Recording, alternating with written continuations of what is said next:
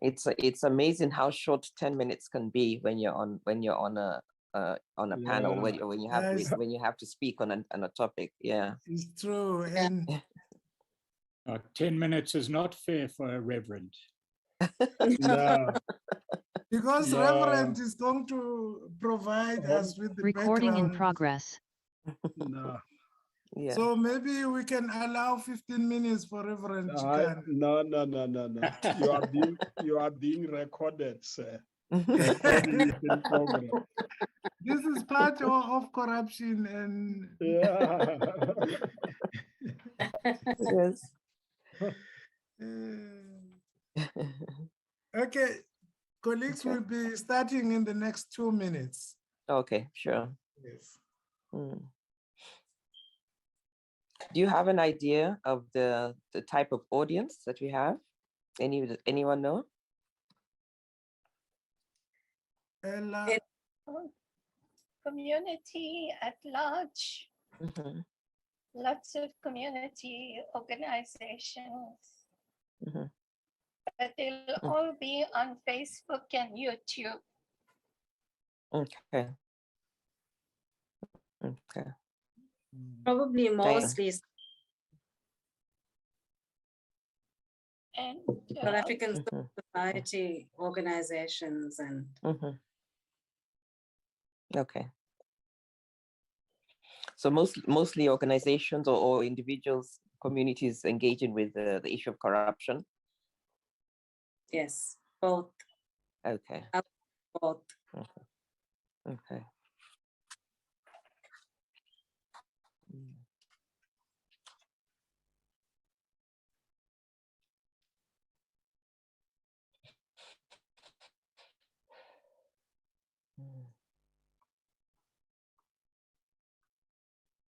So Asha, are you aware whether there'll be any other engagement of PALU, the task force? It doesn't look like for the rest of this year. Not for this year, I don't think so. Okay. And I imagine Dawn must be busy because we have the Mbeki panel meeting next week. I think it's on the 12th, yeah, 12th and 13th, something like that. And he's a member of the consortium. Yes, exactly. So yeah, so he will be part of that.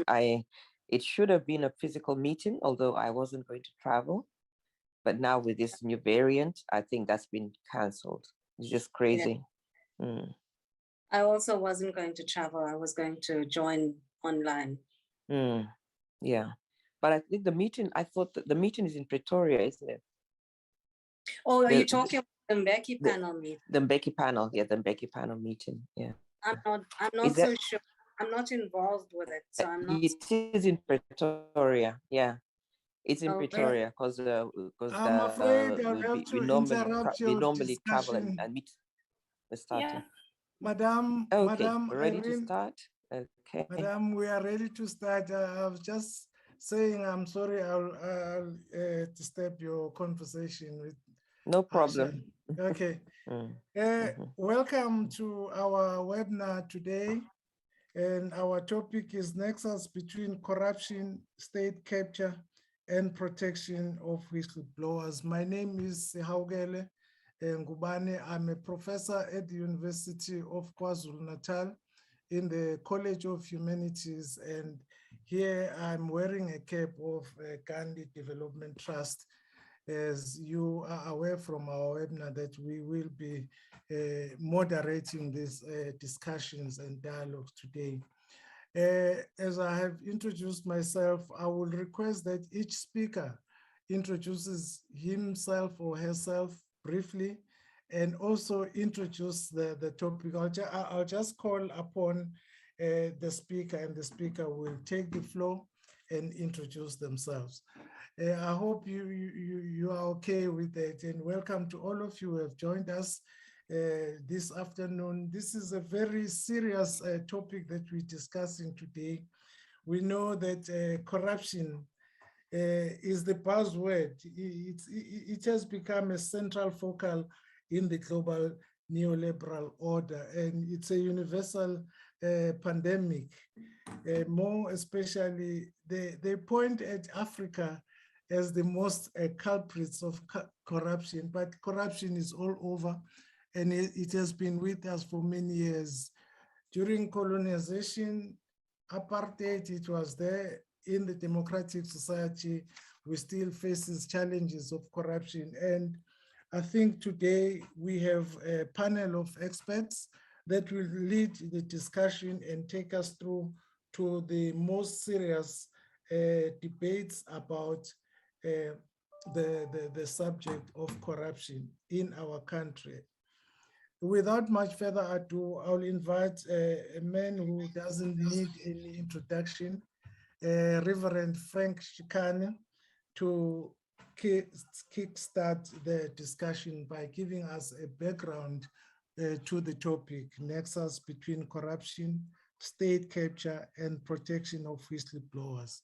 Over to you, Reverend. Thank you very much. I would like to thank the Phoenix Settlement Trust and the Gandhi Development Trust for the partnership that we have in dealing with corruption, state capture, and in defense of our democracy, because this is very critical in terms of where we come from. I would like to say that whenever I see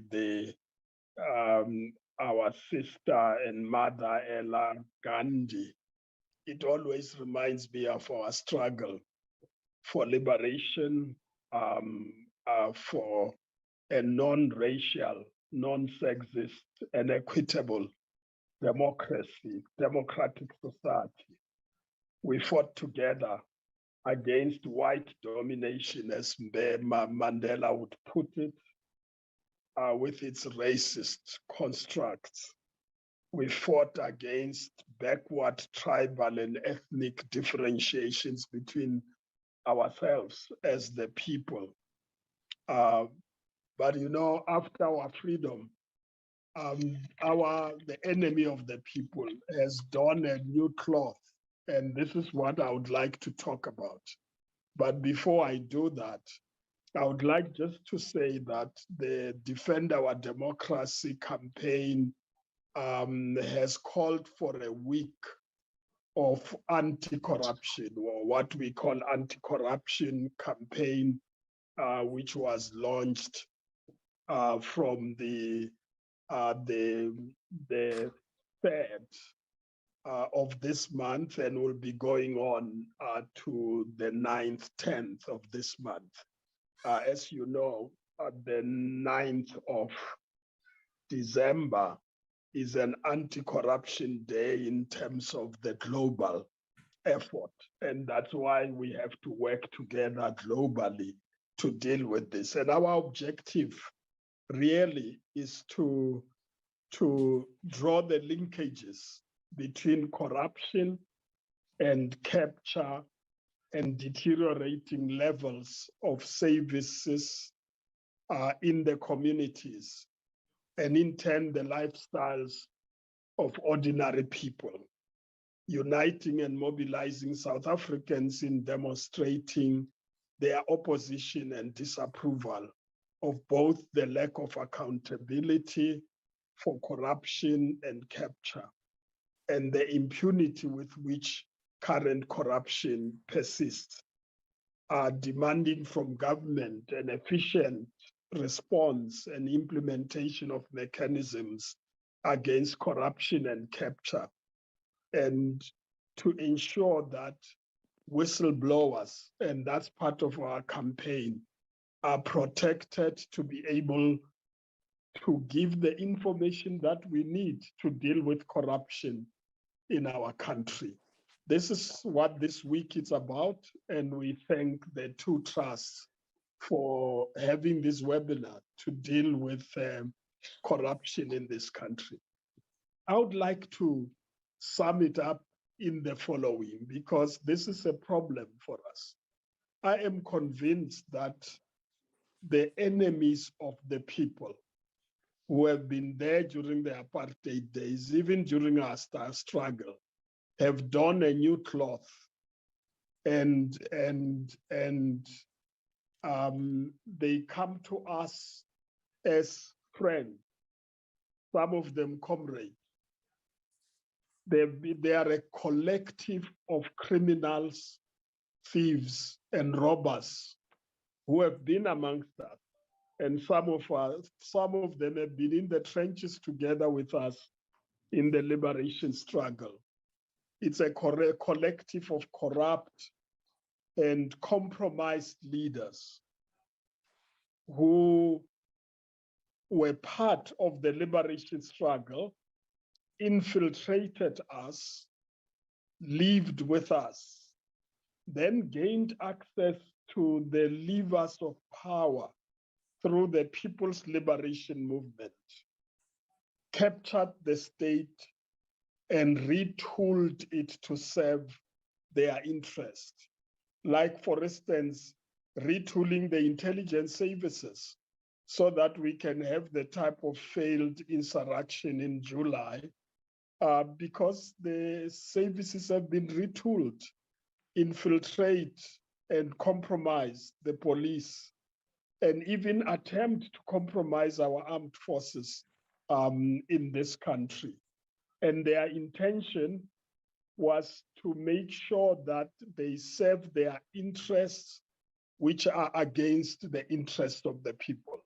That's why we believe that this corruption, it's not an accident. It's people who have planned to sabotage the state and make sure that the state serves their interest and reach themselves against the people. And then because you have retooled the security forces, then you will force everybody to submit. That's why they begin to kill witnesses, whistleblowers, and those who resist them are at risk. I mean, in KwaZulu-Natal, I'm still amazed how many candidates for an election were killed in KwaZulu-Natal, both now then in 2016, about 20 plus people died there. In this election, people died. And because there's a link between the political class and the criminal underground, who are working with them to advance their own interests. I thought it's important to start where I am starting, to understand the complexity of the crisis we are facing in this country. So we're not just dealing with some immoral people who are just depraved and are just doing evil things. This is a design, and unless we design our resistance to it, we will not achieve our objectives.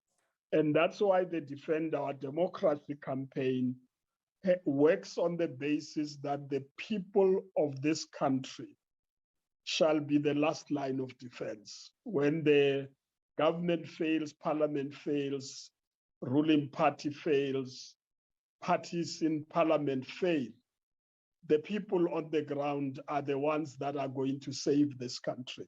And I believe we as civil society, which is what I was asked to talk about, we as civil society have got a responsibility. The thieves are less than the people, and the thieves live amongst the people.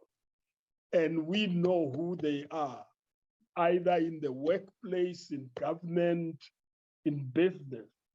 And it is our responsibility to take a stand against the odds, even against those who threaten to kill us or have killed some of us, to make sure that they never assume an upper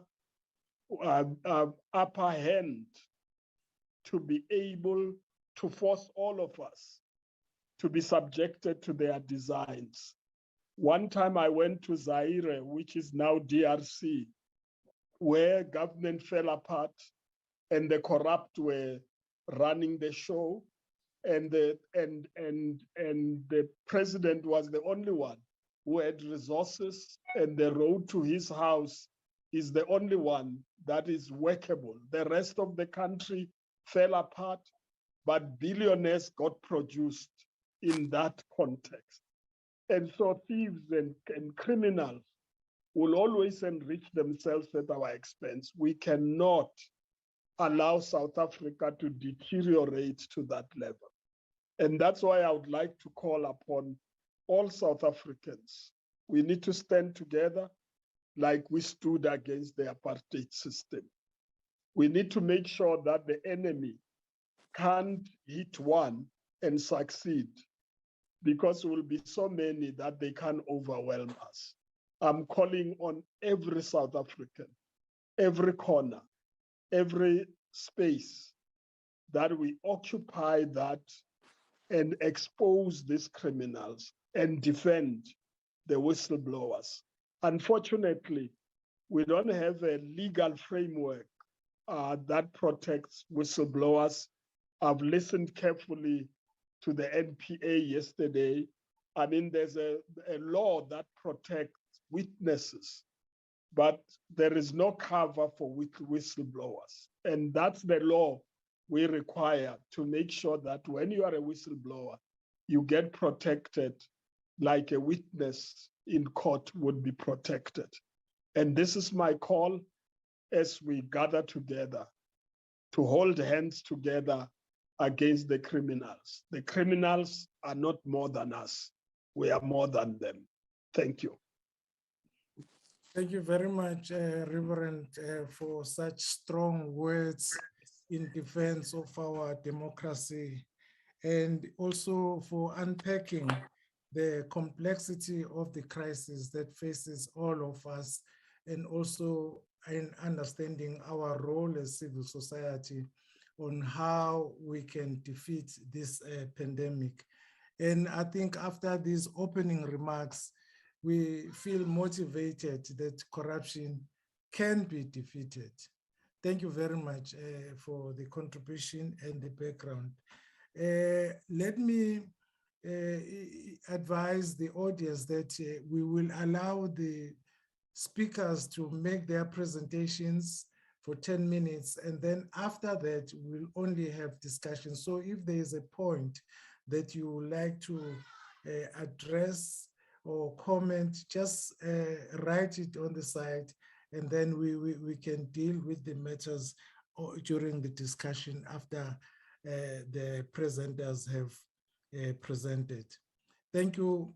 Ladies and gentlemen, colleagues, let me now invite Advocate Pretorius, who will address us on the nature, prevalence, and scale of corruption and state capture in our country, just for us to understand the nature. And the floor is yours, Advocate. Thank you. Welcome. Welcome. Thank you, Chair. By way of introduction, I'm an advocate practicing in Johannesburg, and for the last 4 years, I think it is, I've been engaged with the State Capture Commission as an evidence leader. That means, of course, that I'm obviously limited in the extent to which I can share my experiences and knowledge of the past 4 years. The State Capture Commission has not yet submitted its report. So what I will talk of briefly is what is available in the public domain, including state capture evidence, which is in the public domain arising out of the Zondo Commission. But I must emphasize that there are a number of issues relevant to any discussion on corruption that do not form part of my own sphere of knowledge and experience. And these include socioeconomic explanations of and reasons for the prevalence of corruption in South Africa. And I'm obviously not equipped to, nor will I deal with those issues.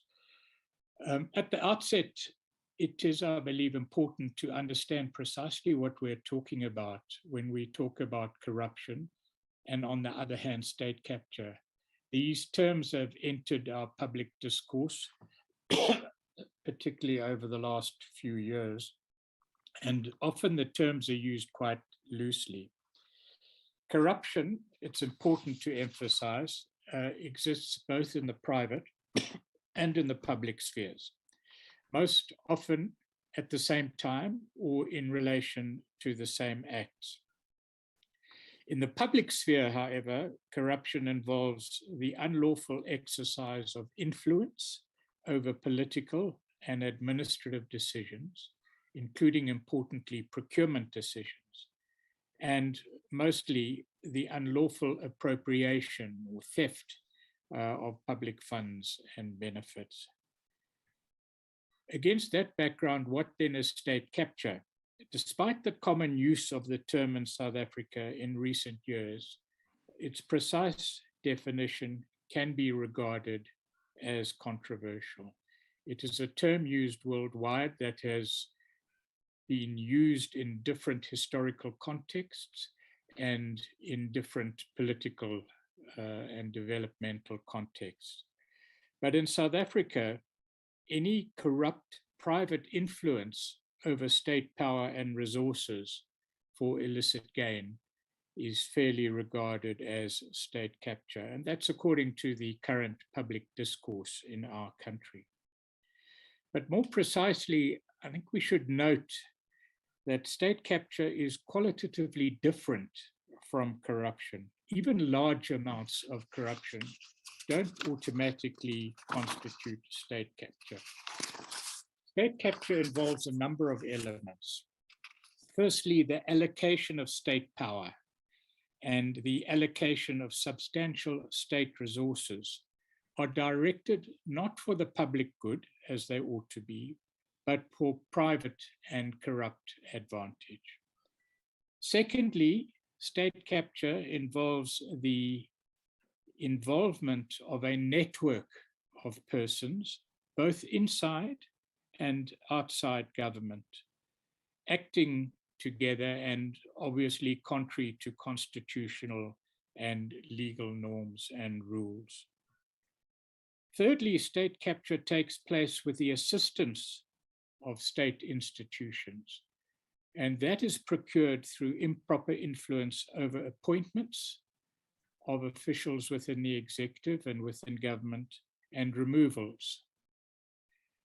Fourthly, rules are manipulated, procedures of decision-making in government are manipulated or avoided in order to facilitate corrupt advantage. Fifthly, there is a deliberate effort linked with the state capture project and part of the state capture project to undermine and render ineffectual oversight bodies, whether that be parliament, law enforcement agencies, and the like, and to exploit regulatory weaknesses, particularly in procurement, in order to avoid accountability for wrongdoing. It's also facilitated by an effort, a deliberate effort to subvert and weaken law enforcement and, importantly, intelligence agencies at the highest levels to shield and sustain illicit activities and to disempower and weaken opponents.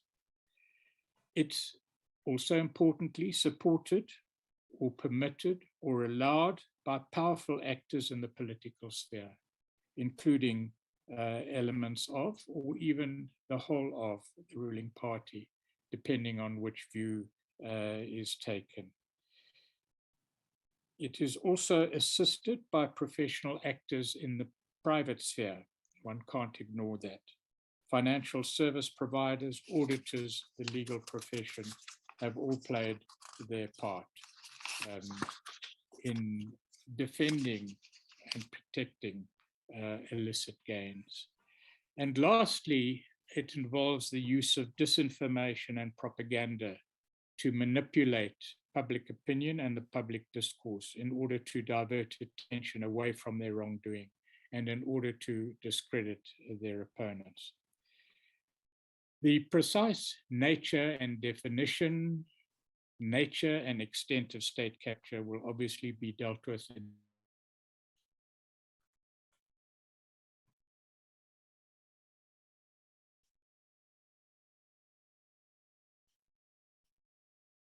We've lost you, Advocate.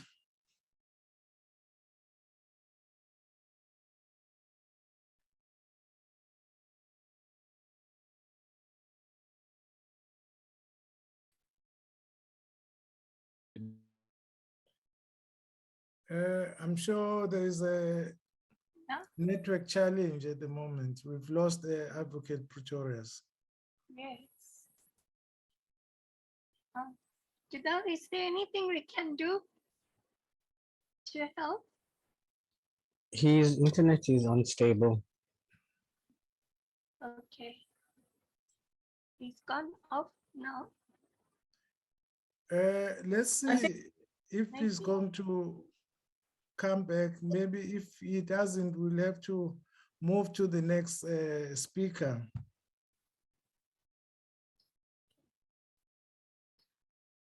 There is an apology from the Moerane Commission. Okay. We were not able to send anyone. But from the Office of the National Prosecuting Authority, do we have a representative? No, we don't. Oh, They okay. also didn't come. All right.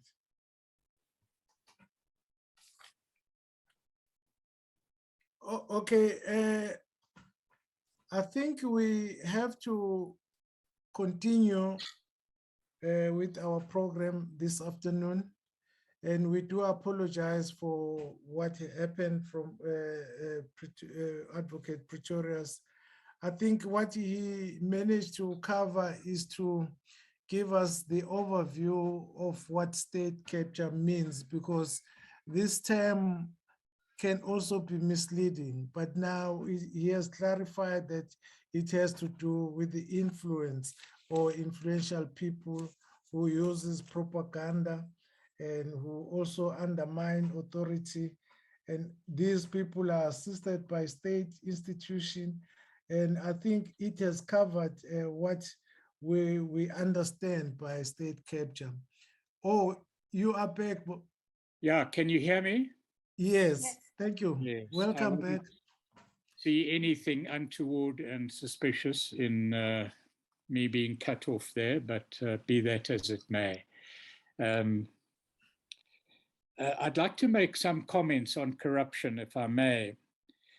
The first and disturbing observation is that we know very little about the extent of corruption in South Africa over certainly the period of review that the Zondo Commission has covered. The Zondo Commission has, for example, dealt with vast amounts of corruption in state-owned entities, but not all the corruption that is prevalent in state-owned entities has been covered. For example, the Medupi Kusile project in Eskom, but one example. But there are other areas of corruption that we know of, but have not been systematically and comprehensively covered. And I'm speaking of the vast corruption in municipalities, provinces, and many government departments, just by way of example, and obviously elsewhere as well.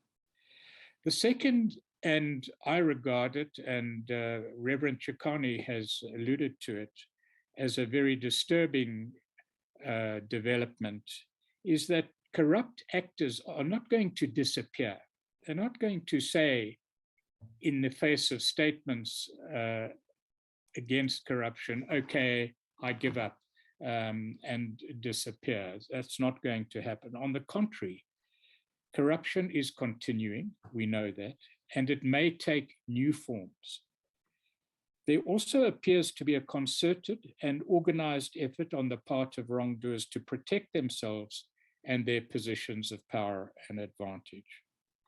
And in this regard, I want to raise a number of questions. I stress they are questions, and I'm not going to refer to any names. You can draw your own conclusions.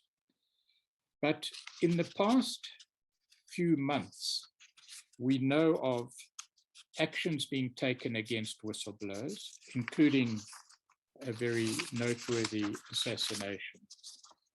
We have seen, and this too has been alluded to by Reverend Chikane, political assassinations of an alarming degree. It truly is, if you add it all up, alarming.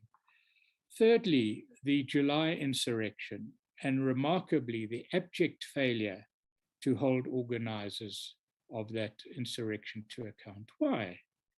Does this perhaps have a political explanation? The blockage of highways by trucks, the sabotage of Eskom power plants or installations, the sabotage of pipelines, cyber attacks on IT systems at Transnet and the Department of Justice, the hostage taking of 2 ministers, all that against a background of a remarkable lack of accountability.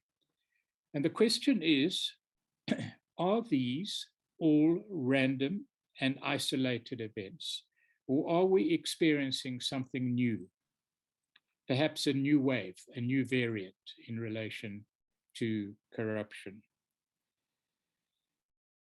It's in hindsight easy to say, but noteworthy that South African society largely and to a significant degree, with the exception of the media and certain NGOs, slept through the state capture years.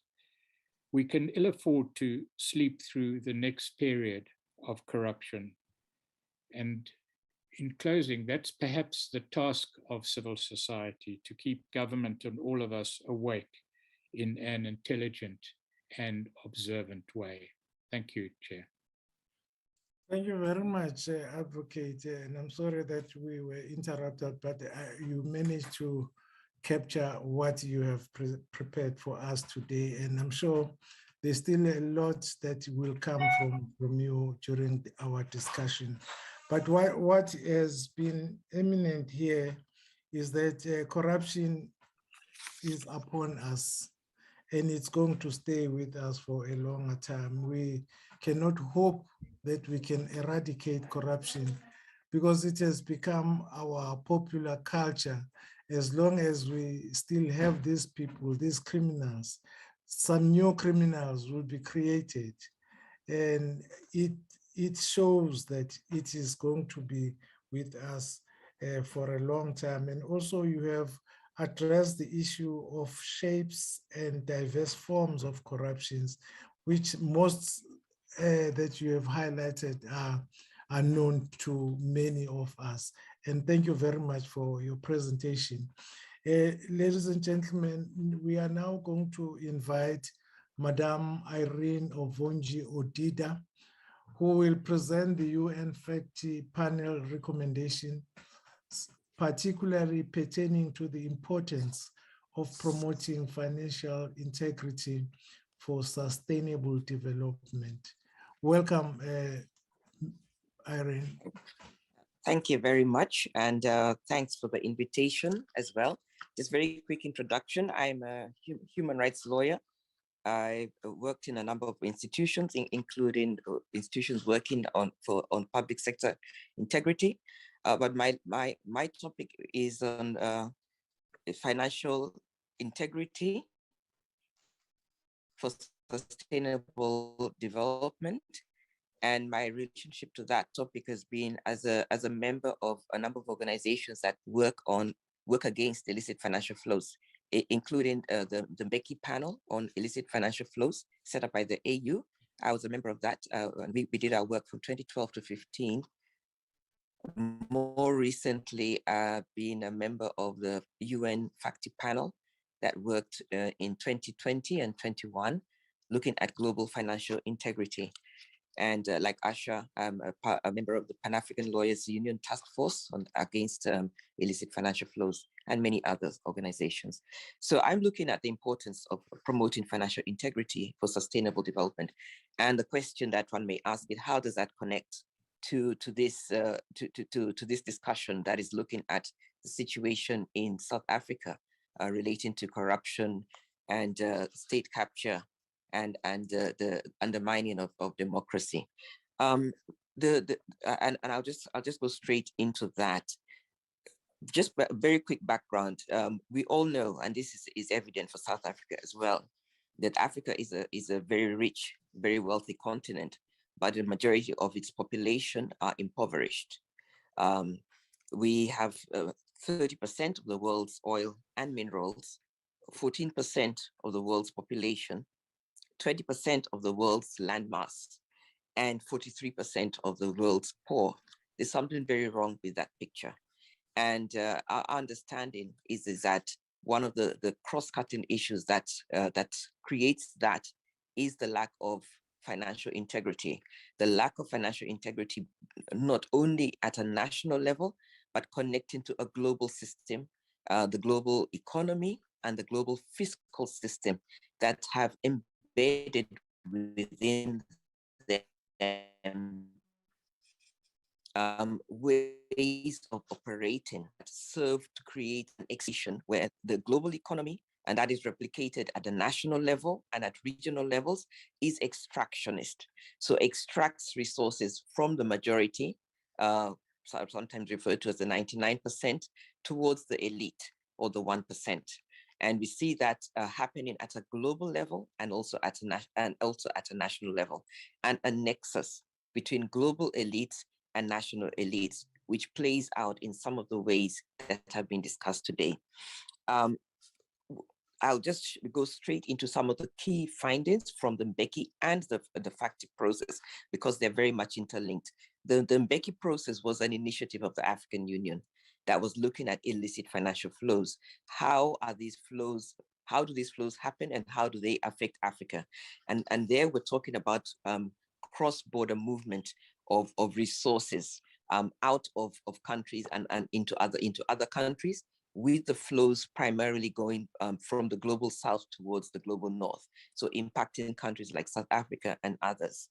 And one of the key findings that we came up with from the Mbeki report, after looking at a number of countries, including South Africa, and having case studies prepared, the issue of financial flows is a complete undermining of domestic issue. It's highly political. It's embedded in the political economy.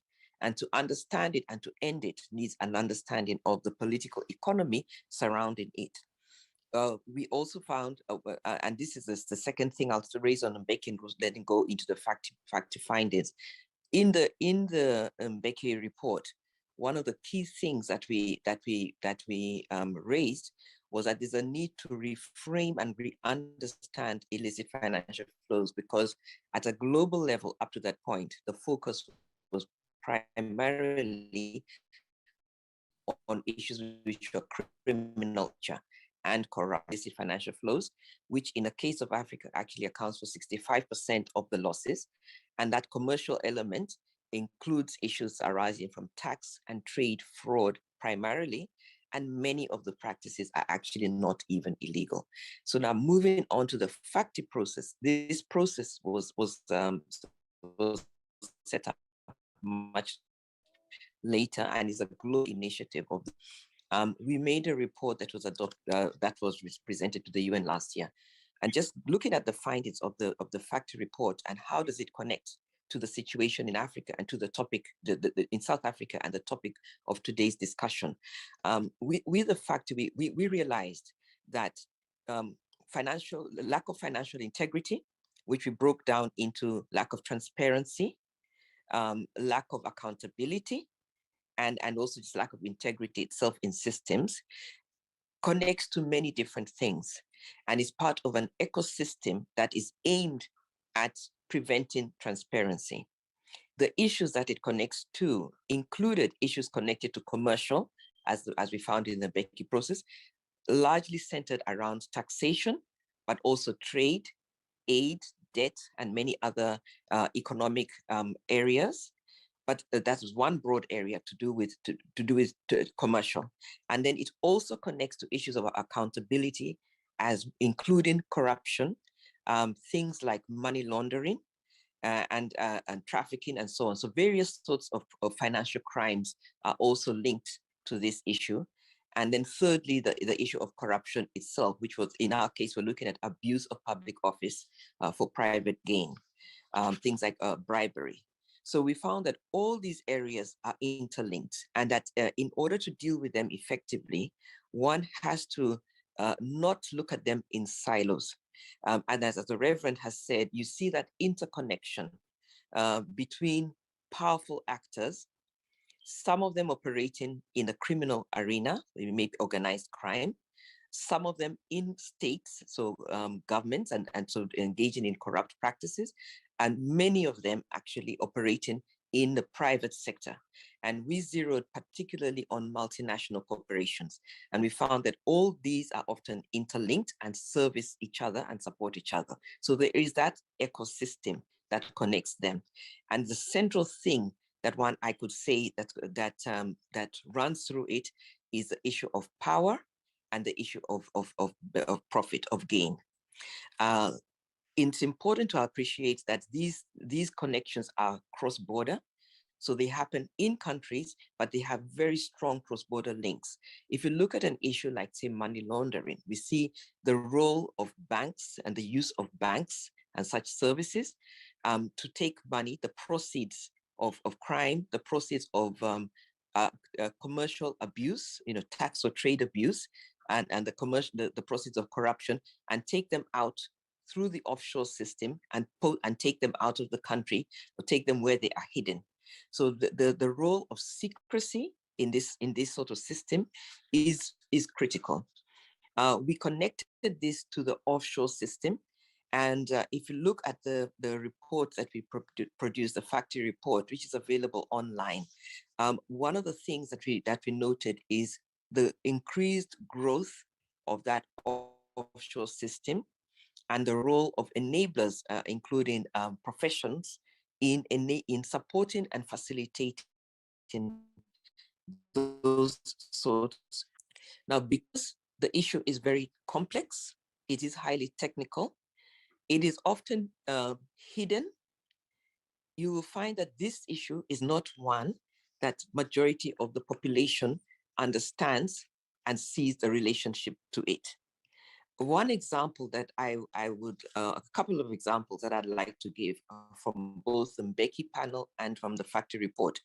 In the Mbeki report, one of the examples that we found, and which still resonates in my mind, was how, because this system operates through exploitation of regulations, exploitation of loopholes, exploitation of lack of information as well. So one of the things that I recall from the Mbeki panel was we found that in South Africa, there was a regulation from the 1960s, I think it was something like 1968, that allowed the diamond industry to self-regulate. So whereas for other commodities, those commodities have to go through government processes, through customs and so on, with the diamond industry, there was a regulation from 1968 that was still on the books by 2015 when we were writing our report, allowing the diamond industry to fly in, to manage the diamond trade and to self-report to the state how much diamonds they were exploiting, what quantity even from abroad, because for countries like Sierra Leone and so on would also bring their diamonds into South Africa for preparation for external trade. So they had complete control over this and would just self-report to the government how much they had made and therefore what tax was due from them. The power of that industry within South Africa. So at a level of the rules already were creating a system where there was no control of the state and which was obviously abused. We found similar things in other countries as well, sometimes in regulation, other times in practice. So in many other countries where you have a lot of minerals, the rules would require the multinational corporations to be regulated, but the lack of institutional capacity meant that governments were not able to regulate and actually see how much was being taken out of the ground, how much was being exported, and that was exploited by the corporations for their gain, and also to rob the countries of taxation that was due to them, and therefore revenues for public services. Overall, we found that ending this kind of inequality in the FACTI process requires a change in values, requires a change in institutions, requires a change in policies. The driving thing behind all that is political, that one must have a commitment by governments, commitment by those with power to end the kind of practices and abuses taken advantage of by the perpetrators for their private and institutional gain. It is a highly political issue because of the kind of power involved and the kind of resources that benefit the perpetrators. For Africa, by the time we completed the Mbeki panel, we found that the losses from this kind of practices were between 50 and $60 billion per annum, but growing. A recent report in 2020 by UNCTAD found that it has since grown from 2015 at about 60 billion to closer to $90 billion per annum being lost from Africa from illicit financial flows. So lastly, because of time, I just want to emphasize a number of things. That this issue, and these are some of the recommendations we made in the FACTI report, these issues require a change in governance, and the governance must be both at a national level and at an international level.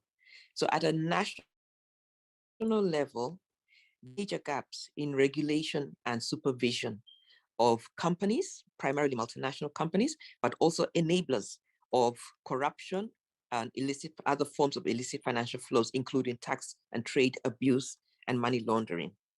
There's a need for cooperation between governments because these issues are cross-border and are really related to exploitation of not only loopholes at a national level, but also loopholes in the rules applying between different countries. So if you have a set of rules in one country, and those rules are not aligned with rules in another country on, say, taxation, it creates loopholes that are exploited by these kind of actors using the professionals who support them, lawyers, accountants, and so on, who support them and enable them to engage in practices that exploit those loopholes, but also loopholes at a global level.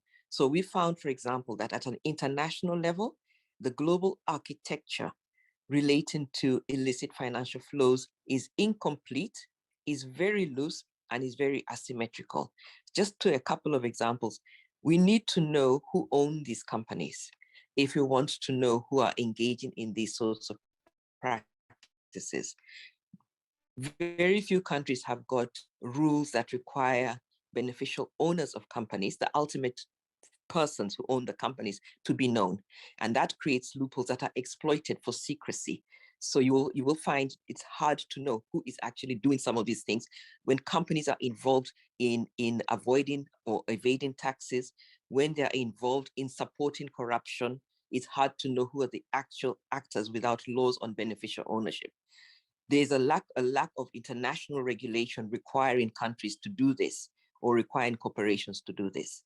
The same with taxation. If you do not have coordination between countries, for example, to ensure that there's a global minimum corporate tax, you will have countries fighting each other, looking for foreign investment and engaging in tax competition.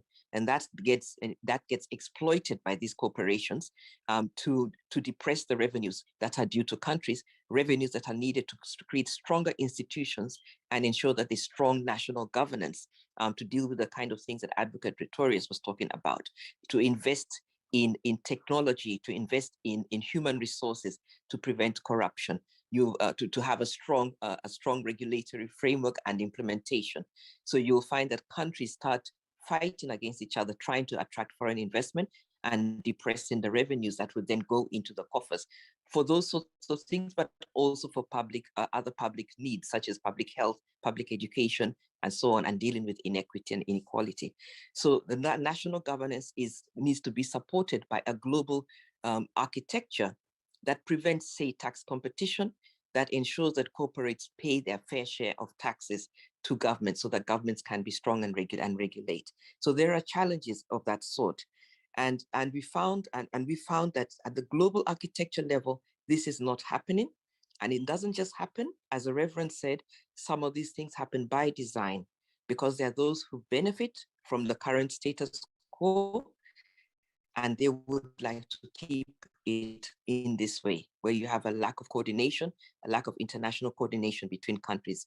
Those beneficiaries are both individuals and companies, so the global elite, but they are also countries, because this kind of system contributes to inequality between countries as well as within countries.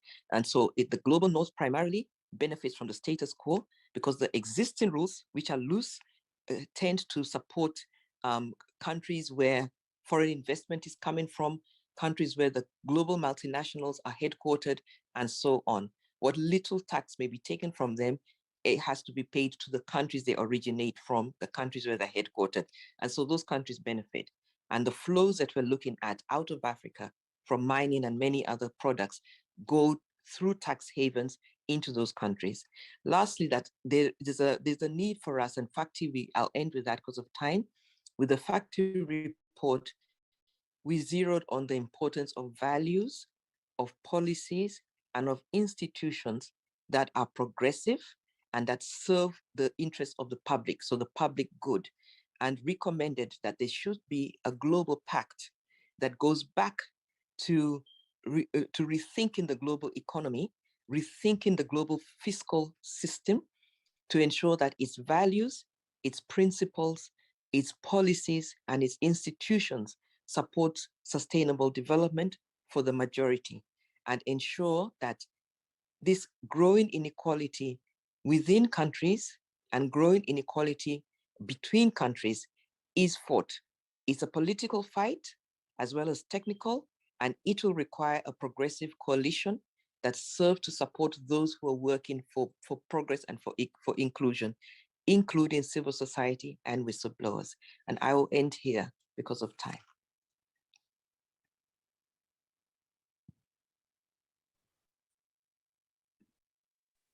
You're on mute, Professor Ngubane. Thank you, Asha. I was saying that we were a bit generous in terms of time, because you are our international presenter. So if you feel like you have left out some important issues that you wanted to raise, you are still welcome to do so. And also, there are two speakers that have sent apologies. So feel free anytime if you still want to say something. But what is evident from your presentation is that although we cannot defeat corruption, but we can have strategies to fight corruption and prevent corruption. I like the recommendations that you brought on the table, that we need to have change in governance. We need to have a cooperation between governments so that people cannot skip one government to another just for the fulfillment of their great. And also the global pact is very important, because that can be signed between governments. And thank you very much for sharing these measures that South Africa can adopt in the fight for corruption. And I like the statement you ended up with, the whistleblower, and to take us further on the protection of the whistleblower, I have Professor Botha, who's already on the podium. I will request that you introduce yourself and get into the topic. Good afternoon. It's still afternoon. Good afternoon, everyone. Thank you very much. My name is Monray Botha. I'm a professor in mercantile law at the University of Pretoria. So I'm here all the way from Pretoria. Yes, and I'm just going to, for today's discussion, just give a general overview and some of my opinions regarding the regulatory framework. And I think what has been added, already discussed by the previous presenters, I will enhance some of those issues.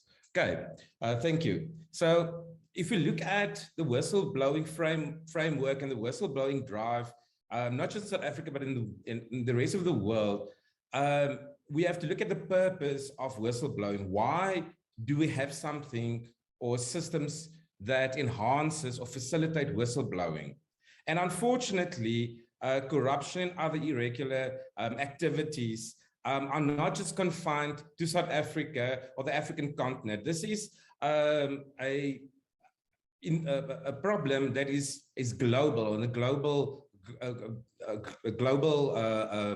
platform. And I think that's fundamental, because if you look at developments in terms of frameworks and legislation around the world, it is to provide stronger protection to the system that's currently in place. And I think, for example, if you look at the EU is also working now on a new framework that will most probably come into place somewhere along the end of December, if I understand that correctly. So they also had to develop a framework for their needs. And I think that's fundamental.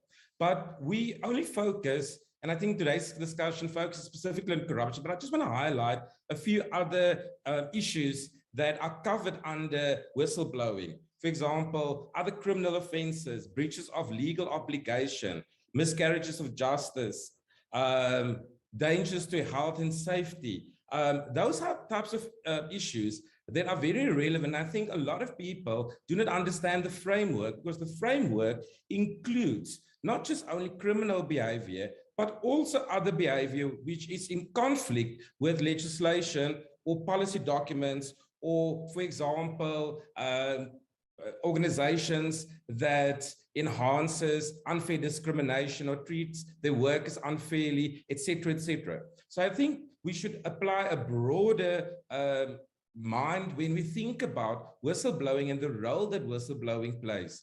Then we must ask ourselves, why do we in South Africa have whistleblowing legislation and a whistleblowing framework? It is because of the fact that we have dishonest people in society. We have corrupt people in society. We have criminals in society. We have people that want to maneuver outside the lines. They don't want to stay within their lanes. And I think that's important why we have this legislation. And then we must ask ourselves, so what? What is my role? Why is this important to me? And I think that's fundamental, that we should take ownership of whistleblowing in South Africa. We should, as citizens of Africa, actually have these values that the whistleblowing protection framework is trying to achieve, have that instilled in as our value culture. In October, I spoke at another webinar on this topic, but from a different perspective. And I mentioned in that in my presentation that we should actually go back to the social contract, because the social contract dictates what your role in society is, what benefits you get from society, and what obligations you have in the society that provides you with access to all of this. And I think that's fundamental to ask ourselves, where does this come from? And if you look at the Protected Disclosures Act, it came into force in 2000.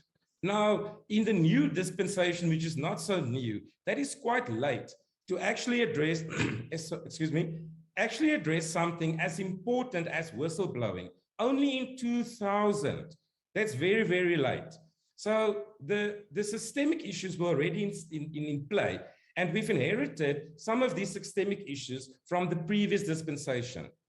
That filtered into the current dispensation. I think what we have now is a fruit salad with things that doesn't belong in a fruit salad. And that's where I want to start off. I think the idea behind the Protected Disclosures Act is a very good idea. It was a good idea, but it was very limited, because I think our whole view of the impact of criminal activities, corruption, dishonesty was limited only to the workplace. And if you look at the original Protected Disclosures Act, it only looked at employees. It did not look at people that are not employees, okay? Fast forward to 2017, 17 years later, after the inception of this piece of legislation, it was then amended. Then the light bulb dropped and said, okay, maybe we should expand the definition and protection to workers, but it still excludes independent contractors, people that are self-employed. If we go back a little bit to other pieces of legislation, such as the Companies Act in section 159 of the Act also contains a provision dealing with whistleblowing. But if we look at the framework in South Africa, it is a little bit disjointed. And I think this is fundamentally why we have problems with whistleblowing protection. The focus is narrow. People in South Africa does not know what whistleblowing is about, what the responsibility is, where they can blow the whistle. If you look at all the Chapter 9 institutions where you can blow the whistle to now, that's added to the amendment, Human Rights Commission, gender equality, et cetera, in addition to the Auditor General, the Public Protector, the employer, legal advisor, et cetera. There's a whole list of people. My question is, has any studies been done to actually test whether these institutions are firstly equipped to have a whistleblowing reporting line? Secondly, do they understand their responsibility in terms of how to protect the whistleblower and where to go next, et cetera, et cetera. So I think for me, that is kind of the disjointedness in the current legislation that we have. As well as if you look at the Act itself, you would see that there's no general public interest provision. Now, there's a movement in other jurisdictions to actually take words or concepts out of legislation or requirements. Specifically, for example, we require that the whistle should be blown in good faith. Now, if you look at the public interest, in the UK, if you look at the Public Interest Disclosure Act, you would see specifically they've removed the good faith requirement because that created obstacles for whistleblowers. Because now your good faith or bad faith is put under the spectrum. And I think that is the wrong way to approach it. Other jurisdictions, other people are calling for a reverse onus, whereas the person who blew the whistle must not be put under the spotlight. All they should do is blow the whistle on information they reasonably believe is true or substantially true. There doesn't have to be a good faith requirement. I think that is a little bit outdated, and I think that is maybe why whistleblowers don't want to come forward. I also think, for example, threats to personal safety. We've seen now, without going into details, assassination of whistleblowers in South Africa. Whistleblowers, they are fleeing the country because their personal safety and the safety of their families and their immediate loved ones are put in jeopardy. So that, I think, is a disconnect in terms of the framework that does not protect potential whistleblowers from threats of personal safety. Yes, going into a witness protection, that is something different. We're talking about a specific provision, a specific framework that deals specifically with how you deal with personal safety. For example, if you also look at confidentiality, there's nowhere in the framework, whether you read it in the Companies Act, whether you read it in the Protected Disclosures Act, and various pieces of ancillary documentation and legislation, you will not, for example, pick up that there is a guarantee that confidentiality and the anonymity of the whistleblower is guaranteed. And I think that is fundamental, especially what has happened now recently with threats on whistleblowers. Then I think also important for us to remember is that the current scope is focused on whistleblower protection within the domain of employment law, where it's now extended to workers, et cetera, and then there's some protection in terms of the Companies Act, also in terms of section 159. If you, for example, are an employee that blew the whistle to a representative or to a shareholder or to a director, et cetera. But if you look, for example, just from the narrow way that we've approached it in the labor domain, the remedies are very limited.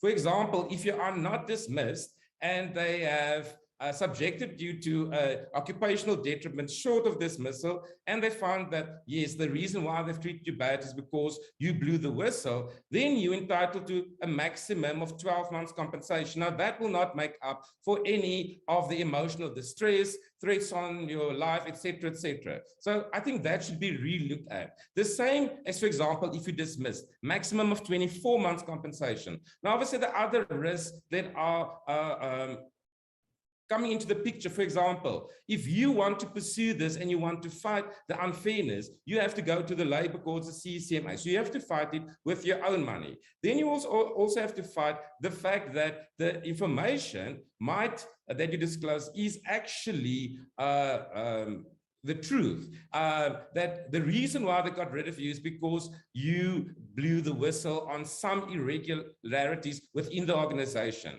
Then you also have to defend your good name, etc., etc. I think that's important when we look at the revised framework in South Africa, is also to look at compensation. Now, I'm quite vocal about compensation for whistleblowers.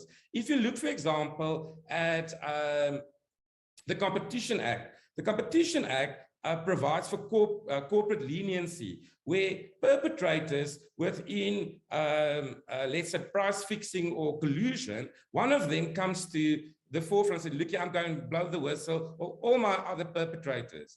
Then they are being treated lenient. So there's a deal in place. So they're compensated, even though they had showcased bad behavior and they acted in bad faith, we still compensate them in whatever format. So compensation is a very wide concept for me. So I think compensation should include, for example, the fact that opportunities were taken away from you, the fact that your good name and reputation might be harmed, the fact that you might not be employed in the sector, etc., etc. So I think we should have a different view of compensation and not just look at monetary compensation in terms of the financial losses that you've made, but also all the other losses that you had to incur, the risks that you had to take. So I think for me, in a nutshell, I think that is something that the current dispensation should look at. So look here, we should really look at a revamped system where we, for example, I'm going to read, I just want to find it.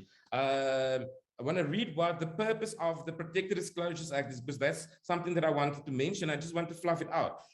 If we look at the purpose of the Protected Disclosures Act, it says it is to create a culture which will facilitate the disclosure of information by employees and workers relating to criminal and other irregular conduct in the workplace in a responsible manner by providing comprehensive statutory guidelines for the disclosure of such information and protection against any reprisals as a result of disclosures. So yes, so the purpose is to create a culture, but if we want to move it into the broader public interest perspective, I think that the focus and the purpose should change. We said, yes, we should create a culture that facilitates disclosure information of irregular, corrupt activities or criminal behavior by the general public. And I think that we should really think in terms of the focus, in terms of how we want to approach corruption and any other irregular activities, because we must understand also the people that are the most disadvantaged by corruption or other criminal behavior, dishonesty, are the most vulnerable in a society. The people that don't have running water, they don't have electricity, that live in informal settlements, they don't get paid decent pay, they don't have insurance, that have micro loans that they pay high interest on, etc., etc. Those are the people in this country that are the most vulnerable. And if you look at PPE corruption, if you look at where the money did not go, it did not go where it was intended.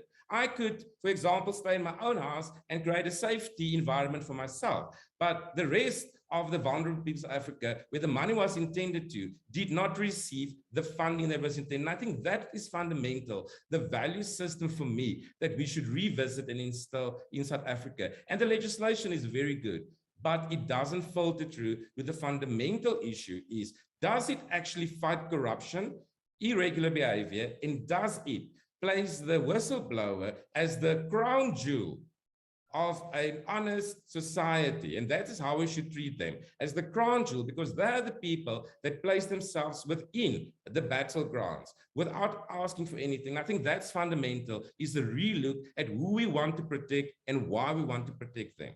And that's my few things. I can go on, you know, academic can talk forever. I can see that you have a passion for this kind of topic, but you've raised quite important issues here. One is protection, and the second one is the incentive of the whistleblower. I think you also mentioned the timing and the responsibility. I think the problem is the security. Once you expose the whistleblower, that person's life is in danger.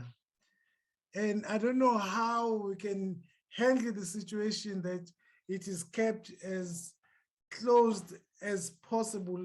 Maybe a quick one on that, because you don't want to see a whistleblower being shown on a public television and say, there's a whistleblower, we've given him so much money or her so much money, and that will put his life in danger.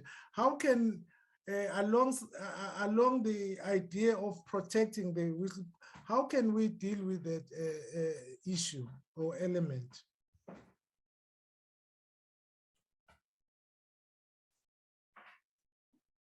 Do you want to unmute yourself, Prof? Yes, I think that is some concerns that is very relevant. And I think that for me is where the drafters of legislation, but also the policymakers and the people that drive these types of changes in South Africa, civil society, political parties, and other movements should drive the change in terms of forcing the hand of government and private institutions to actually prioritize cultures of whistleblowing. But I think it's very important, the issue of timing. And my many readings of various pieces of legislation does not bring me to the answers in terms of sometimes time is of the essence.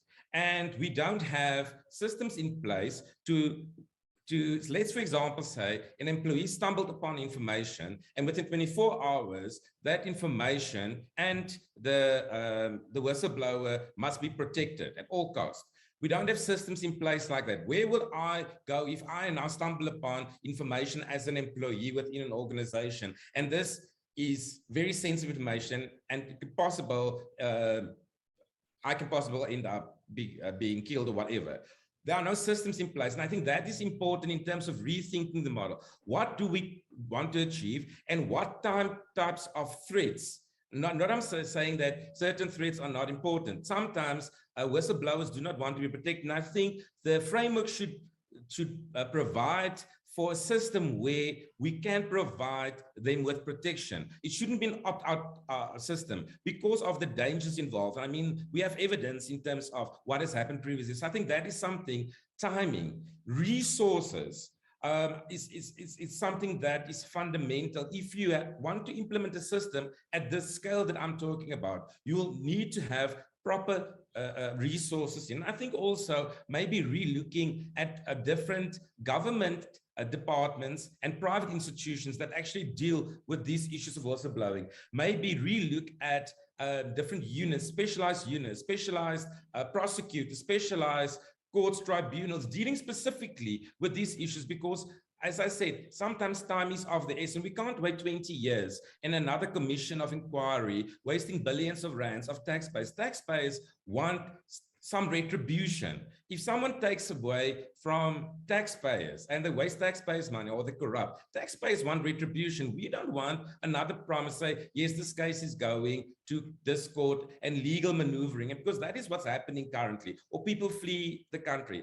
And I like the issue about tax havens that the previous speaker spoke about. And I think if governments have much stricter tax controls in place that will not facilitate illegal rings, corruption rings, sex rings, because these are all interrelated. I think when the governments in Africa specifically, in Southern Africa, in SADC, if they strengthen their tax systems in terms of actually dealing with corruption, tax evasion, etc., I think we will also have some solutions. So I can go on forever and ever. Yeah, and no, people to the audience, a few things that I think can change. Yeah, let's leave it there, and I'm sure you will be able to come back during the question and answer session. Thank you very much for your patience and for your presentation. Ladies and gentlemen, I will now invite Asha to present to us on the need for tighter regulation of the enablers, lawyers, accountants, and bankers. So it links to what Madam Odida has been presenting to us on the financial integrity. So I think also the issue of regulating and legislative framework. So let's welcome Asha Ramgobin to the podium. Thank you so much, Professor Ngobane, and thank you to all the speakers so far for your insightful thoughts. My contribution today will look at the enablers, and I can say for sure, these are not the crown jewels of an honest society that Professor Botha just described, the whistleblowers. While the whistleblowers are being killed, the enablers are being celebrated. While the whistleblowers are not have no protection, the enablers claim self-regulation.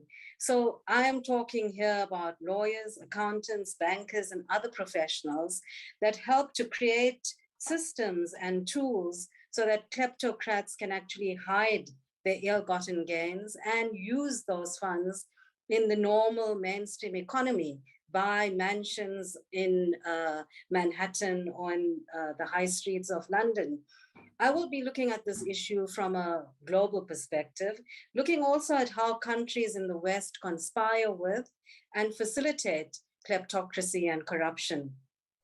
We will draw on lessons from other countries, from studies undertaken by the UNFACTI panel, the OECD, and some individuals and organizations.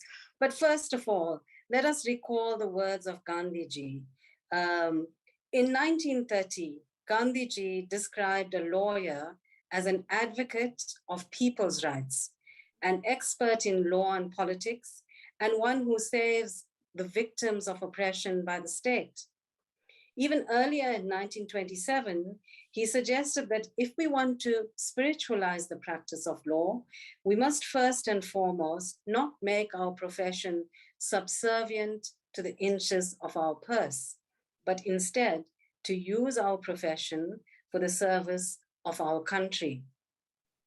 But instead of serving the country, lawyers who enable corruption and illicit financial flows weaken the state, weaken structures of government and other institutions such as financial intelligence units, legal regulatory systems, and financial regulatory institutions. But over and above that, beneficiaries of these illicit activities continue to undermine those institutions that are responsible for detecting and prosecuting illicit conduct.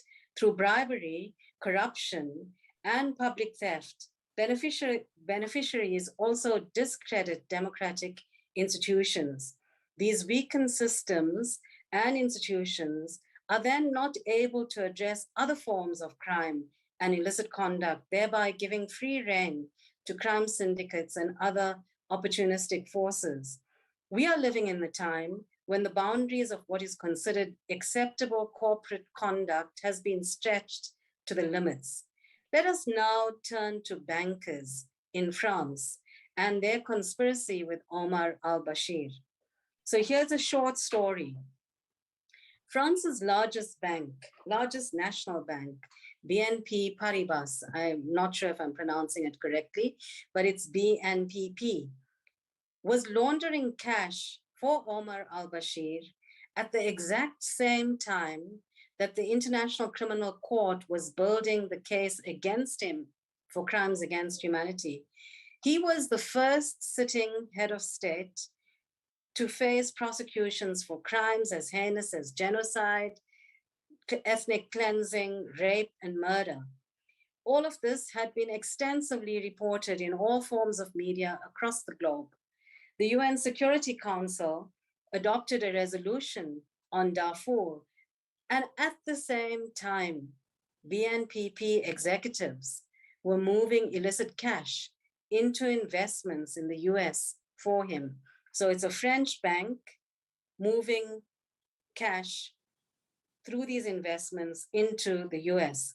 The French bank established special corporate entities so that the true owner might be hidden. The US then began an investigation after receiving leaked information. Here again, the whistleblower, the crown jewel of honest society speaks.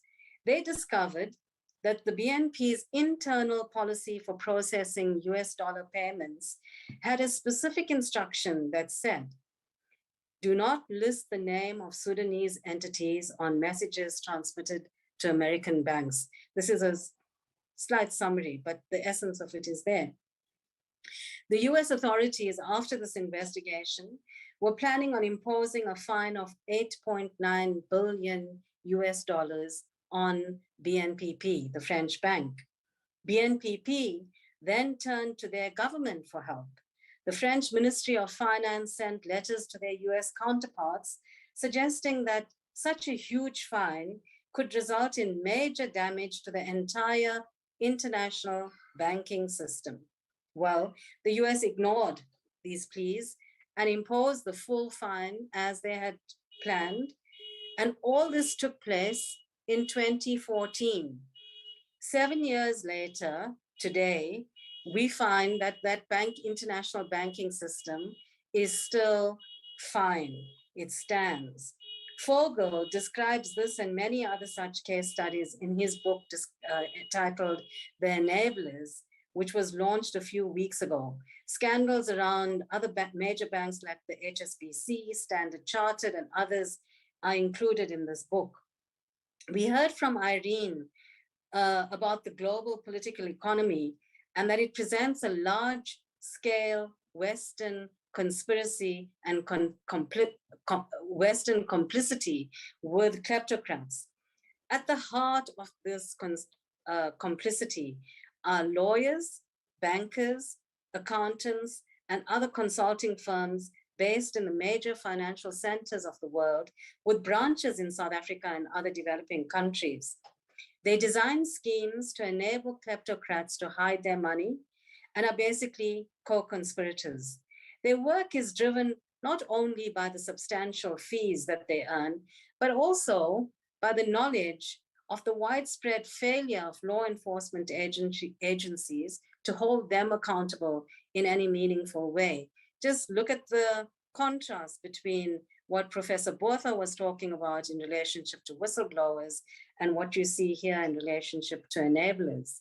While the fines might seem high, the fine that was imposed on BNPP and all the others that you would read about in different reports, they end up being classified simply as the cost of doing business, and those companies and law firms continue. Let's now look a little bit more closely at law firms and lawyers. I'm sure that by now we have all heard about the Panama Papers, the Paradise Papers, the Pandora Papers, the Mauritius leaks, the Gupta leaks. All of this was a result of whistleblowers, just to make that point again. While we may be aghast at the names of the individuals that were exposed in these leaks, we've heard of the Kenyatta family, we've heard of royalty, from royalty to our favorite soccer players, from our most notorious politicians to our most favorite Bollywood actors. All these kinds of people were exposed, and it's certainly normal for us to be shocked at the names that we have read about. But today, let us think about the law firms behind these leaks. They chose to collude with their clients and design and create schemes to help them hide their wealth for all sorts of reasons. And while we might think that it is only the large firms that get involved in these activities, another example from France tells us a different story. There was a collaboration here between lawyers, accountants, and financial advisors to promote, as they said, tax havens for all. It might sound like a slogan from the French Revolution, liberty, equality, and fraternity. Why should the benefits of tax havens be limited to the global elite, was their question. But this small group set up a system to sell ready-made shell companies in low tax jurisdictions for all. In the end, as a result of information through leaks, their offices were raided. They were prosecuted. They were subject to prison terms, fined, and prevented from practicing again. And it was all done in a public display so that this might deter others thinking along the same lines.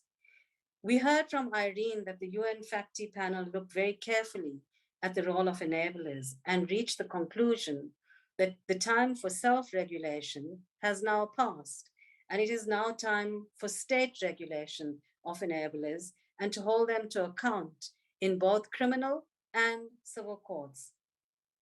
Let us look now at what this means in tangible terms.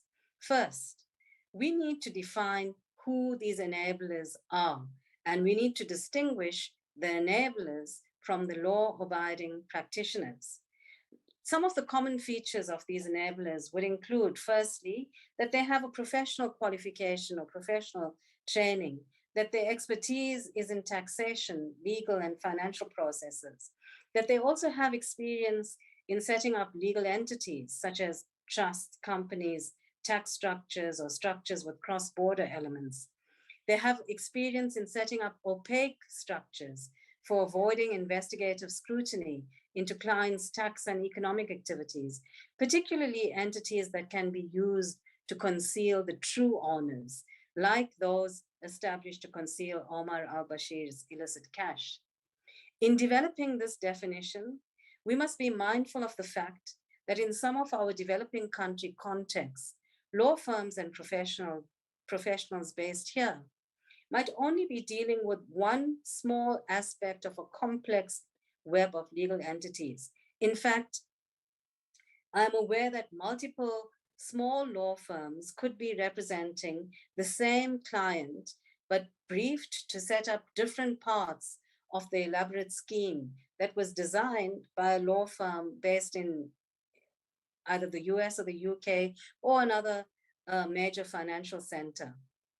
So, second, and leading from this, we need to understand the type of services that are offered by these professionals and what services require deeper scrutiny. For example, registering a trust is a perfectly legitimate service. Our hosts today are the Gandhi Development Trust and the Phoenix Settlement Trust, two perfectly legitimate, transparent, and above-board legal entities. However, when we explore the Pandora Papers and the other leaks more deeply, we notice that the registration of trusts in South Dakota and the US was part of the elaborate strategy to conceal who the true owners of assets are. So trusts can be used for purely altruistic purposes, like with the GDT, or to conceal wealth, like with the vast number of individuals named in the leaks. Similarly, trade between related companies can be perfectly legitimate in form and substance. For example, a publishing company might buy paper from its subsidiary at a perfectly reasonable price and pays its fair share of taxes. However, trade between related companies might be used to move proceeds of corruption and to evade taxes. In a study conducted by a South African NGO, the AIDC, they found a connection between Lonmin, the owners of the mine in Marikana, and a tax haven in Bermuda. We might remember that the miners there were asking for $12,500 in wages, double their previous salary. Well, between 2008 and 2012, Lonmin moved more than 1.2 billion rands to a subsidiary in Bermuda, under the line item commissions or management fees. If they had not shifted these profits to a tax haven, they would have had more than enough money to meet the demands of the miners and fulfill their undertakings under their social labor plans. The question we need to ask is why has this aspect of Lonman's conduct not been investigated? When asked as to why there have been no major prosecutions arising out of the Panama leaks of 2015, which is 6 years ago, we were told that it was because of a lack of expertise. Perhaps this is so. And if so, perhaps it is time to develop the necessary expertise, to enlist the services of experts both from within and outside our borders so that we can hold the enablers to account. I will end with another very short story. In 2014, the US used undercover agents to expose a boutique investment company that advised high net worth individuals. After some months of work, eventually, they had sufficient evidence to make arrests. Those people that were arrested cooperated with the government, which led to a host of spin-off investigations. And this example might seem like it comes out of a movie, but I can assure you it is real. And it confirmed in a tangible way that it is more important to go after the enablers, as that leads to more wide-reaching investigations than targeting the high-profile individual kleptocrat. The individual kleptocrat needs to be held to account. But if we target the enablers, we can then actually go to the root of some of these problems. In summary then, for now, I would suggest 3 tangible steps that can be taken. First, let us work to define who these professional enablers are in our context. 2, let us work to define the type of services that these enablers provide that needs deeper scrutiny and investigation. And 3, let's develop systems and the capacity to hold the enablers accountable under both criminal and civil law. There is much more that could be said around self-regulation and state regulation and many other aspects. But for now, I will leave it here and thank you. You are on mute, Professor Ngubane. Thank you very much, Asha, for concluding your presentation with recommendations. The definition of enablers, the type of the services that they render, and also the development of systems of accountability. Colleagues, maybe through you, Aunt Ila, can we check if Comrade Mavuso Msimang is here already? No, he isn't. He isn't here. He had apologized. And okay. Yes. Okay, thank you very much. Yeah, it is clear from the presentations that we've been listening to this afternoon that although corruption may seem to be a problem of socio-political alienation and also a selfish calculation by greedy people or individuals, underpaid public servants, and also selfishness. This is one way of thinking about corruption, which is a model that suggests that solutions needs to be aimed at restoring accountability, as we have had, transparency and public trust, and other bureaucratic mechanism of democratic institution building as a way of defending our democracy. And it is clear from what we've heard today that this affects all of us, and we have an obligation to try and fight this scourge of corruption in our country. On that note, I will now invite questions and answers, comments as well, or commendations. Those are the issues that we want to bring across. And I've seen that there is already a question that was on the chat box. Let me just go back to the chat box.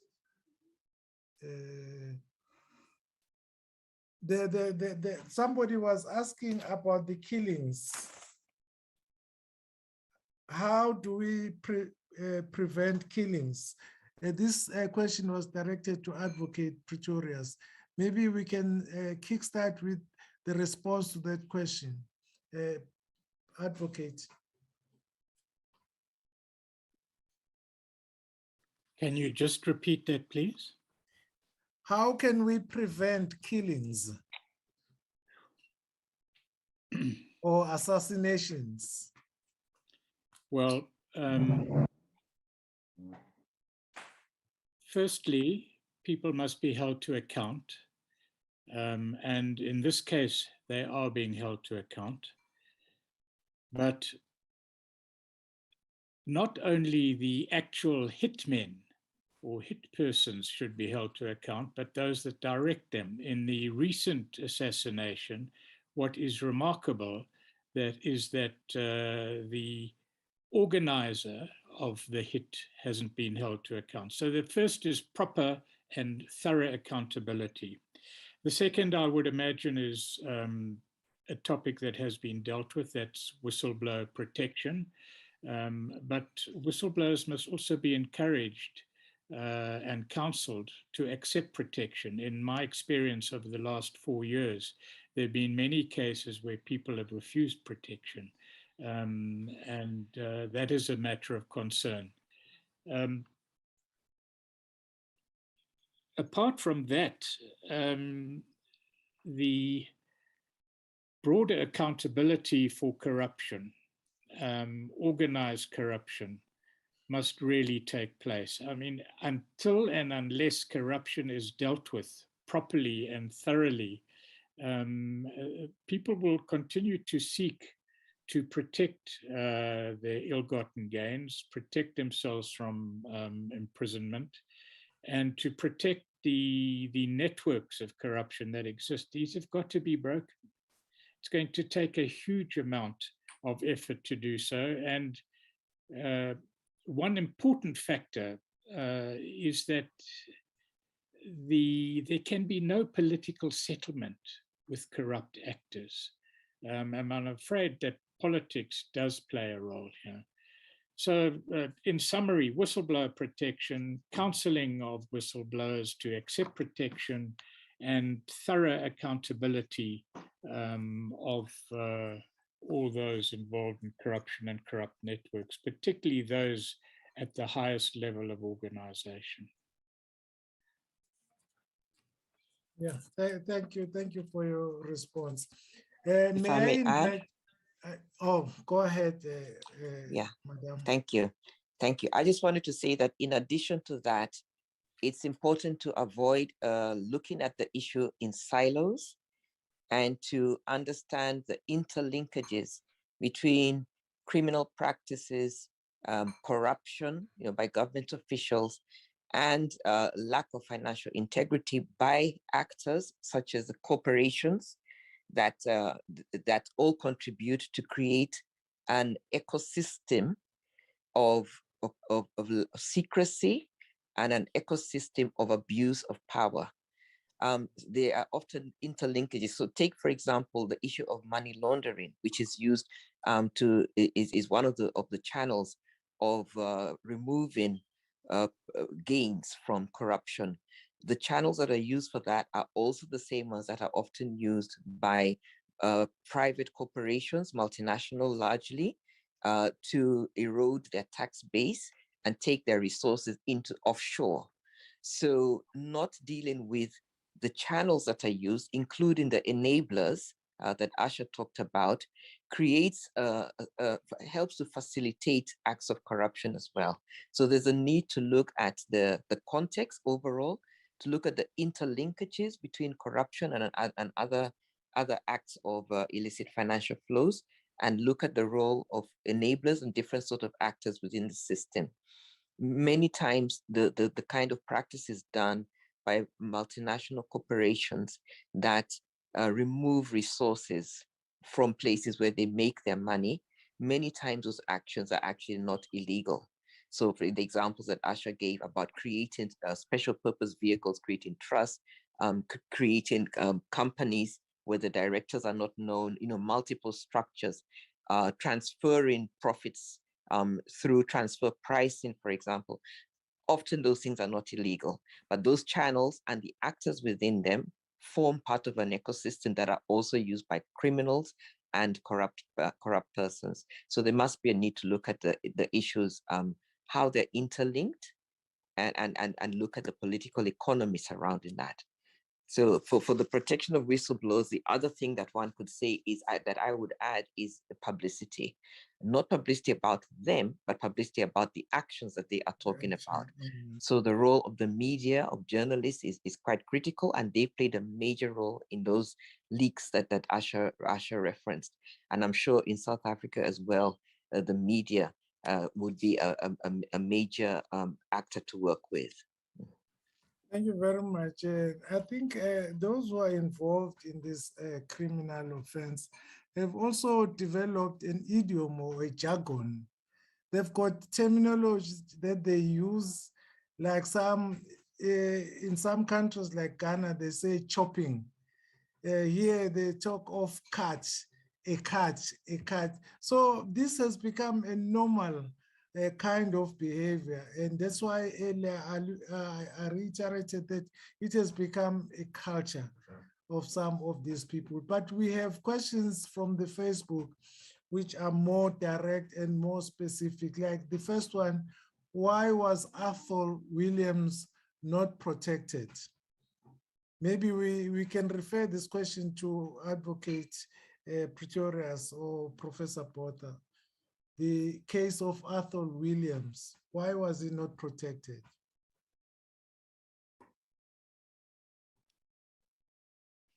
I'm sorry, Mr. Chair, I don't know enough about that particular series of events to comment. Insofar as it deals with matters within the Commission that are not in the public domain, I can't comment. Perhaps Professor Botha can. I can speculate. You want to come in? Yes. I can speculate. I think if we look at the interviews that he gave and the institutions that he's working with subsequent to leaving the country, I think the nature of what he has said should have been taken as probably much more serious. I think in terms of when the Commission started with their work, I don't think they really understood how big this thing is going to be. And I think that was probably one of the fundamental flaws in terms of approaching the State Capture Commission, is the funding and the fact that this thing is much bigger than originally anticipated. But also the role of whistleblowers. I also don't think, maybe, I'm just speculating now, maybe this was not properly thought through in terms of the identity, the anonymity.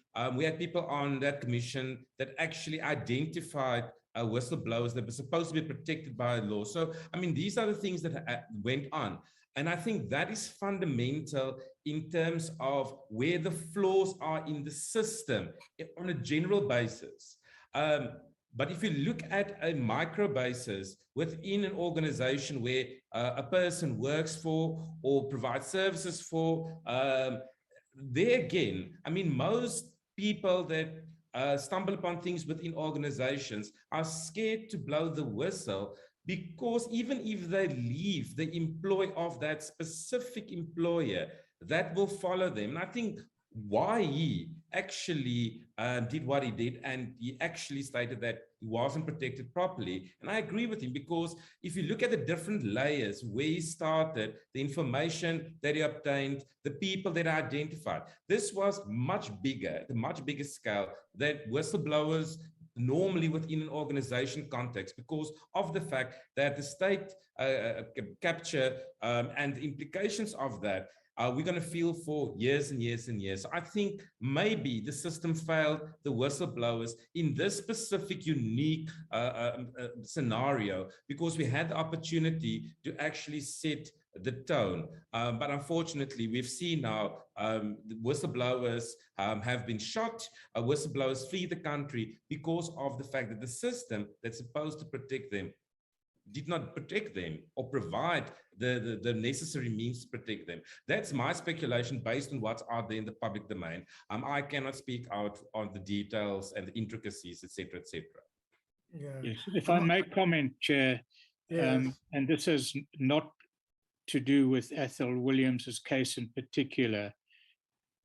Very often witnesses are counseled as to the available protection. The protection that the NPA provides through a specialized unit is often not wanted by whistleblowers. That's a factor to be taken into account. And whether that is a good or bad thing depends on one's assessment of the NPA service and the discomfort that some potential protected persons might feel at giving themselves over to a state institution. But in relation to particular cases, one would have to examine in detail all the circumstances. I've had experience of some requiring protection where companies have been generous enough to provide protection to certain witnesses. But other than that, where the companies don't provide the protection, then it's a matter of state protection under the whistleblower protection service, of witness protection service of the NPA. Okay, thank you. There is also a danger or a risk that people will blow the whistle to individuals who are also implicated in the matter. And therefore they are not safe. They don't know who is the right person to blow their whistles to. I think that's also another risk that needs to be considered as well. But let me move to the next question. This is also a direct question. What happened to the killers of the Diakoran? I'm afraid this question can only be addressed by you advocates. Well, not that I have any personal knowledge of the case other than what's in the public domain. But there have been arrests and the matter is before the courts. At the moment, those arrested are in the process of applying for bail. What is interesting about the case is those that have been arrested have been alleged to be and charged with the offense of actually carrying out the assassination in a highly organized way with very sophisticated equipment, which fortunately they weren't able to use to best effect. But safe houses, the allegations are that there were safe houses used over a period of months, cars hired, transported from KwaZulu-Natal to Gauteng in a highly organized fashion. What is very disturbing about the case is there has been no arrest yet, to the best of my knowledge, of those persons who arranged and paid for the hit. There have been certain allegations, but they remain allegations. Thank you very much for your response. I have 3 questions remaining before we round up. The next question is thoughts on the reinstatement of bail. Maybe any presenter can share the thoughts on the reinstatement of bail, B-A-I-N.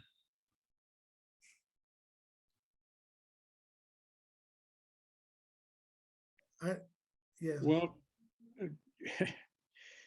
again, I'm treading on delicate ground here because this is a matter that is being considered by the Commission, the Zondo Commission, and will be reported on. BAIN, as people will know, was the organization, the international consultancy firm that was and this is in the public domain, that was employed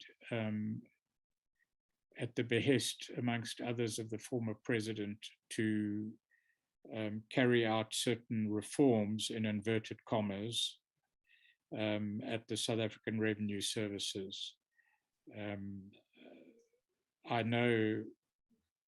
don't know of any moves to reinstate them, and I certainly would be surprised if they were, but perhaps I haven't got all the facts. But that's as much as I can say. Thank you very much. The next question is directed to Ash. It says, on Financial Action Task Force have not included tax evasion comments. Maybe you want to quickly comment on that. Ash. Nobody calls me Ash. Asha. So I didn't realize you were talking to me. Sorry about that. Okay, no, it's no problem at all. So yes, the Financial Action Task Force have been focusing more on terrorist financing and that. And so they didn't include tax evasion. And I think even many of their smaller institutions, you know, their local institutions are looking at the issue now of tax evasion, because from my presentation, and if we go, you know, if we had more time, we could go more deeply. We realize how intertwined tax evasion and all these different crimes, tax evasion, trafficking in arms, trafficking in human beings, and money laundering, how they actually utilize similar systems, at the heart of them being tax havens, basically, secrecy jurisdictions that are there to hide ill-gotten gains, to hide investments, to evade tax, and all of that. So while the Financial Action Task Force have not included tax evasion specifically, I must just say that mechanisms to address the opacity of tax havens that have been introduced by the Financial Action Task Force around beneficial ownership disclosures, for example, help to deal with tax evasion. But it is important that as the processes evolve, that tax evasion actually becomes part of one of the core aspects that they deal with. For now, I think that's about all I would say. I hope I think that yeah, Irene, maybe you want to add. Yeah, just in addition to that, at a very broad level, one of the things we found with the UNFACTI panel is that most global institutions, including Financial Action Task Force and others that deal with these issues connected to illicit financial flows, are really created by the Western governments for the most part, and that the lack of inclusion of all governments in their governance and in defining their rules has contributed to some sort of asymmetry in those rules. So the rules are good. Some of the proposals are positive and they create a level of transparency. The challenge is that the rules are asymmetrical. So quite often they focus on the problem from the perspective of the countries where the multinationals are headquartered, of the richer countries and the needs that they have, and do not look adequately at the situation or context of countries in the global south. They may also have provisions within them that make it hard for the data or information that they collect to be accessed by countries that are from the global south, including in Africa. So these are some of the challenges. And in terms of their focus, as Asha has said, the focus on terrorist financing, we know, for example, was driven by 9/11. You know, so the experience of the U.S. Following that incident of terrorists, so that helped to drive the interest in terrorist financing and shapes the agenda. So this has been the challenge with many of the current processes that exist and the rules that they come out with. And this is why with the UNFACTI report, we were recommending that the rule setting should be moved into spaces that incorporate, that all governments participate in, such as the UN, so that they have a role, or that those kind of institutions, which are largely regionally controlled or influenced, should have a change in their rules, so that they are actually multilateral, and governments from the global south particularly are part of the decision making in setting the agenda and in defining the rules. The Financial Transparency Coalition on their website have got a very good analysis of a number of these major institutions that define rules around taxation, around illicit financial flows, around transparency, and so on. And anybody could go and can look at the FTC website and look at the analysis that they did about global governance. Thank you. Whilst we are on the floor, can you respond to the last and final question? How sustainable is the African economy? Briefly. I think the challenge is at two levels.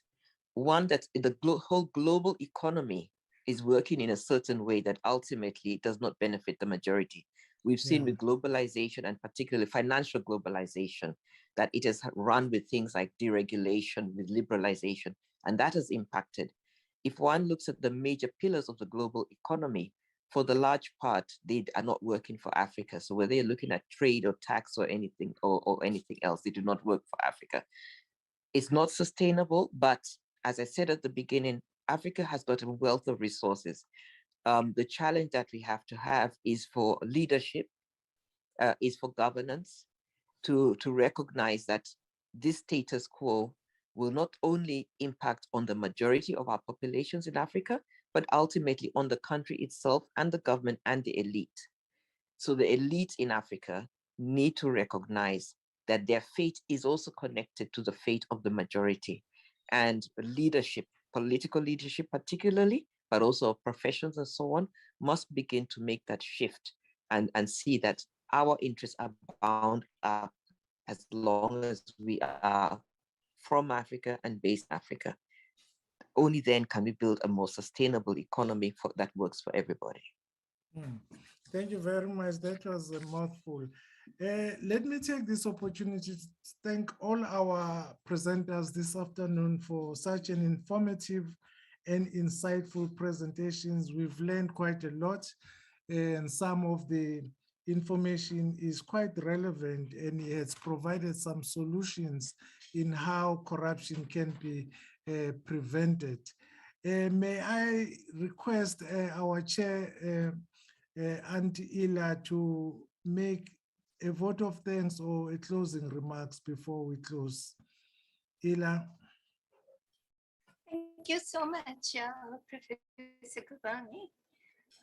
Thank you to all the speakers for, a very insightful presentation from all of you.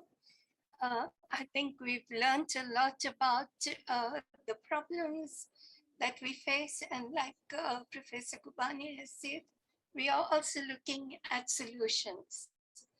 And like Reverend Frank Chikane said, the solutions lies in the community.